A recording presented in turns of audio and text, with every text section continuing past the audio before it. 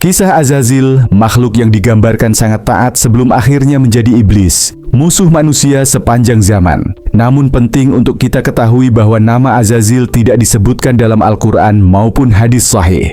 Kisah ini banyak bersumber dari riwayat Israiliyat dan kisah-kisah ulama terdahulu.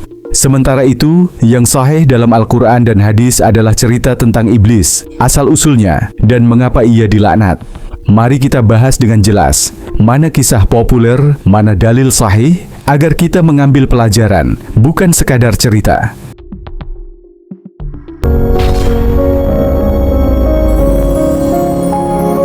Satu. Siapa Azazil? Di langit yang tinggi, jauh sebelum manusia pertama diciptakan. Ketika para malaikat sibuk bertasbih dan mengisi alam dengan cahaya ibadah, ada satu makhluk yang begitu menonjol. Namanya, dalam banyak kisah populer, adalah Azazil. Azazil bukan malaikat, ia berasal dari golongan jin. Tapi satu hal yang membuatnya berbeda dari kaumnya adalah ketaatannya yang luar biasa. Dikisahkan bahwa Azazil adalah makhluk yang mencintai ibadah lebih dari apapun. Ketika para malaikat sujud, ia sujud lebih lama. Ketika para malaikat bertasbih, ia bertasbih lebih khusyuk. Ia melakukan itu bukan sehari, bukan setahun, tapi ribuan tahun menurut kisah-kisah lama. Ada riwayat cerita yang menggambarkan bahwa cahaya ibadah Azazil begitu terang, hingga para malaikat menyangka ia adalah salah satu dari mereka. Mereka memanggilnya, memuji keikhlasannya, bahkan menjadikannya teladan. Tak hanya itu, Azazil disebut pernah menjadi pemimpin para jin yang taat. Ia pernah turun ke bumi untuk mengajak kaumnya berbuat baik. Ia berperang melawan jin-jin yang membangkang, dan karena perjuangannya itu, ia diangkat ke langit oleh Allah, ditempatkan di antara para malaikat karena kesalehannya.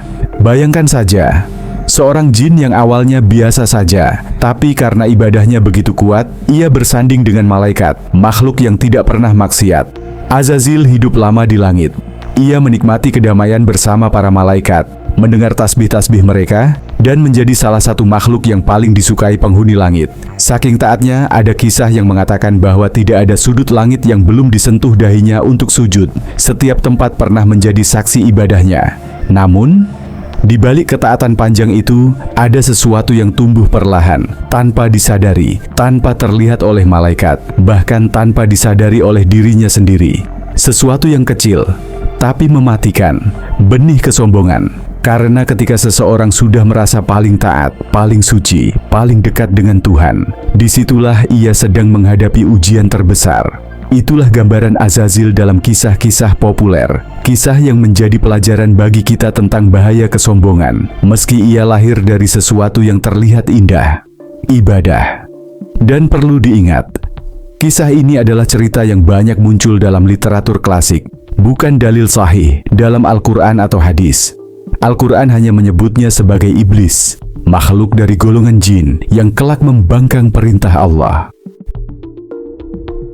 2 dalil sahih, asal-usul iblis.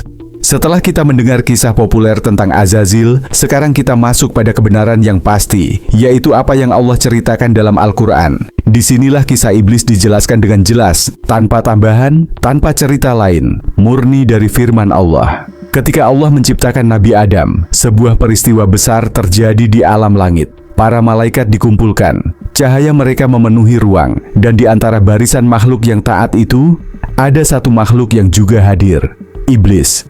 Ia berdiri di tengah-tengah para malaikat. Ia bersama mereka, hidup di antara mereka, seakan-akan ia adalah bagian dari golongan itu. Tetapi Al-Quran memberi penjelasan tegas, iblis bukan malaikat, ia adalah jin. Iblis itu termasuk dari golongan jin.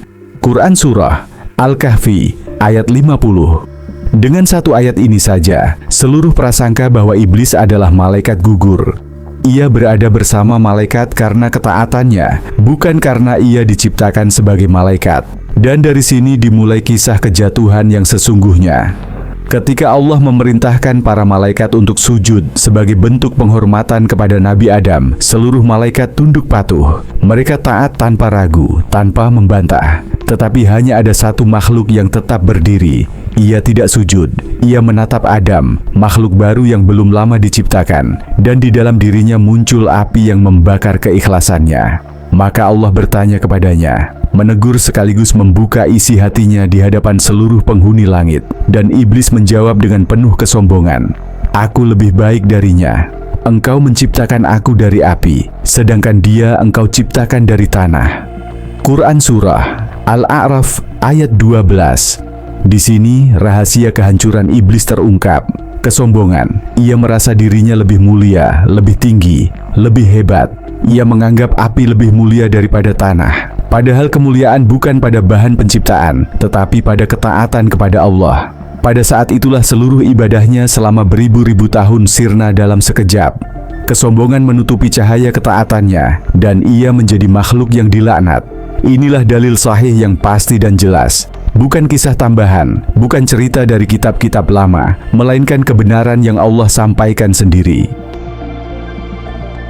3. Perintah sujud kepada Nabi Adam. Setelah Allah menciptakan Nabi Adam dengan tangannya, mengajarinya nama-nama segala sesuatu, dan memuliakannya dengan ilmu yang tidak diberikan kepada makhluk lain, Allah memanggil seluruh penghuni langit untuk menyaksikan keajaiban ciptaan baru ini. Para malaikat berkumpul. Cahaya mereka memenuhi langit seperti lautan yang berkilau. Di antara mereka ada iblis, berdiri dengan penuh rasa bangga bahwa ia berada di barisan makhluk yang mulia. Pada saat itulah Allah memberikan perintah yang menjadi titik balik sejarah. Dan ketika kami berkata kepada para malaikat, "Sujudlah kalian kepada Adam," maka mereka pun sujud kecuali iblis. Quran Surah Al-Baqarah ayat 34. Dan seketika itu juga, seluruh langit bergerak dalam satu gerakan agung.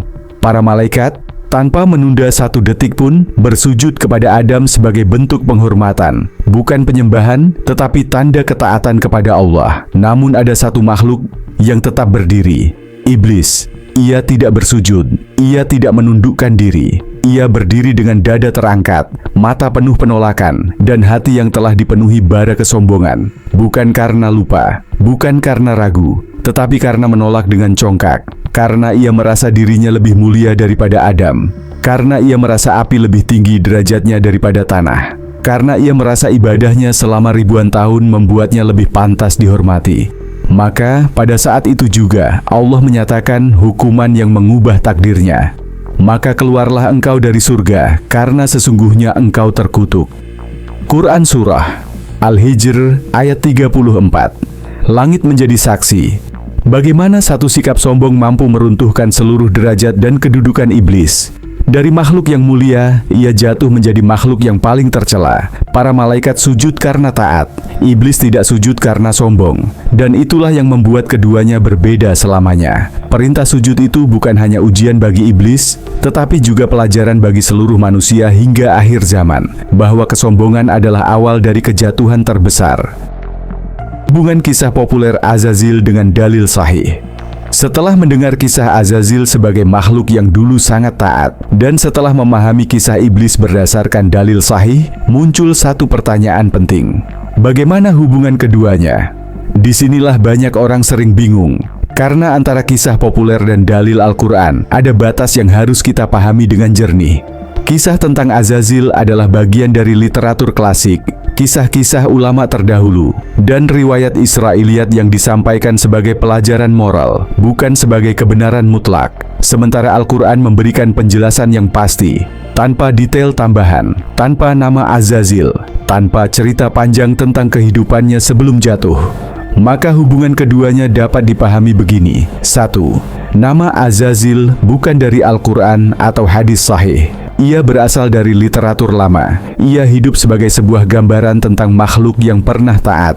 2. Yang sahih dari Al-Quran adalah iblis berasal dari golongan jin, bukan malaikat. Ia pernah taat sehingga ditempatkan bersama malaikat. Ia membangkang karena kesombongan. Ia dilaknat dan diusir dari surga. Ia berjanji menyesatkan manusia hingga hari kiamat. Dan tentang janji itu, Al-Quran menceritakannya dengan sangat jelas. Saat iblis dilaknat dan diperintahkan keluar, ia tidak tunduk, tidak menyesal, bahkan ia menantang Allah dengan sebuah janji gelap. Aku pasti akan menyesatkan mereka semuanya, kecuali hamba-hambamu yang tulus. Quran Surah Al-Hijr ayat 39-40. Bayangkan, Seorang makhluk yang tadinya hidup dalam cahaya ibadah, kini berubah menjadi penguasa bisikan, penggoda, penyesat. Dan sejak saat itu, perjalanan manusia dan iblis tidak pernah lagi terpisah. Setiap langkah manusia, setiap pilihan, setiap lintasan hati, akannya selalu ada godaan iblis di dalamnya, berusaha memenuhi sumpahnya di hadapan Allah. Namun Allah juga memberi kita kabar gembira bahwa iblis tidak punya kuasa atas hamba-hamba yang tulus, yang berserah diri sepenuhnya kepada Allah. Begitulah hubungan antara kisah populer Azazil dan kisah sahih iblis dalam Al-Quran. Yang satu adalah cerita untuk dipetik pelajarannya, yang lain adalah kebenaran yang menjadi peringatan bagi seluruh manusia. Kisah ini mengajarkan kita bahwa setinggi apapun ibadah seseorang, kesombongan bisa menghancurkannya. Iblis pernah taat, tetapi satu kesombongan meruntuhkan semua amalnya. Ketaatan tanpa keikhlasan dan kerendahan hati tidak cukup. Ini bukan sekadar cerita tentang Azazil atau iblis. Ini adalah peringatan untuk kita semua. Demikian kisah Azazil, malaikat paling taat yang menjadi iblis. Lengkap dengan penjelasan mana yang sahih dan mana yang berasal dari kisah-kisah terdahulu. Semoga video ini membuat kita lebih berhati-hati dari sifat sombong dan lebih memahami bagaimana syaitan bekerja menyesatkan manusia. Jangan lupa like, komen, dan subscribe untuk konten religi lainnya. Sampai jumpa di video selanjutnya. Wassalamualaikum warahmatullahi wabarakatuh. Sebelum saya menutup video ini, izinkan saya dengan penuh rasa hormat dan kerendahan hati untuk memohon maaf jika dalam video ini terdapat kesalahan, baik dalam bentuk gambar, video, dan kata-kata, atau penyampaian informasi yang kurang jelas atau tidak sesuai. Kami menyadari bahwa sebagai manusia biasa, kami tidak luput dari kekurangan dan kekhilafan. Segala kebenaran yang disampaikan dalam video ini berasal dari Allah Subhanahu wa Ta'ala, sedangkan segala kesalahan adalah murni dari keterbatasan dan kekurangan kami sendiri. Kami sangat berharap bahwa apa yang telah disampaikan dapat memberikan manfaat, menambah ilmu, dan memperkuat keimanan kita bersama. Jika ada pandangan yang berbeda atau hal yang perlu dikoreksi, kami sangat terbuka untuk menerima masukan dan saran yang membangun demi kebaikan bersama. Dukungan Anda sangat berarti bagi kami. Oleh karena itu, jangan lupa untuk memberikan like, komentar, serta subscribe agar kami bisa terus menyajikan video-video edukatif dan bermanfaat di masa mendatang. Semoga Allah Subhanahu wa Ta'ala senantiasa memberikan petunjuk, keberkahan, dan perlindungan kepada kita semua dalam menjalani kehidupan sehari-hari. Jazakallahu khairan.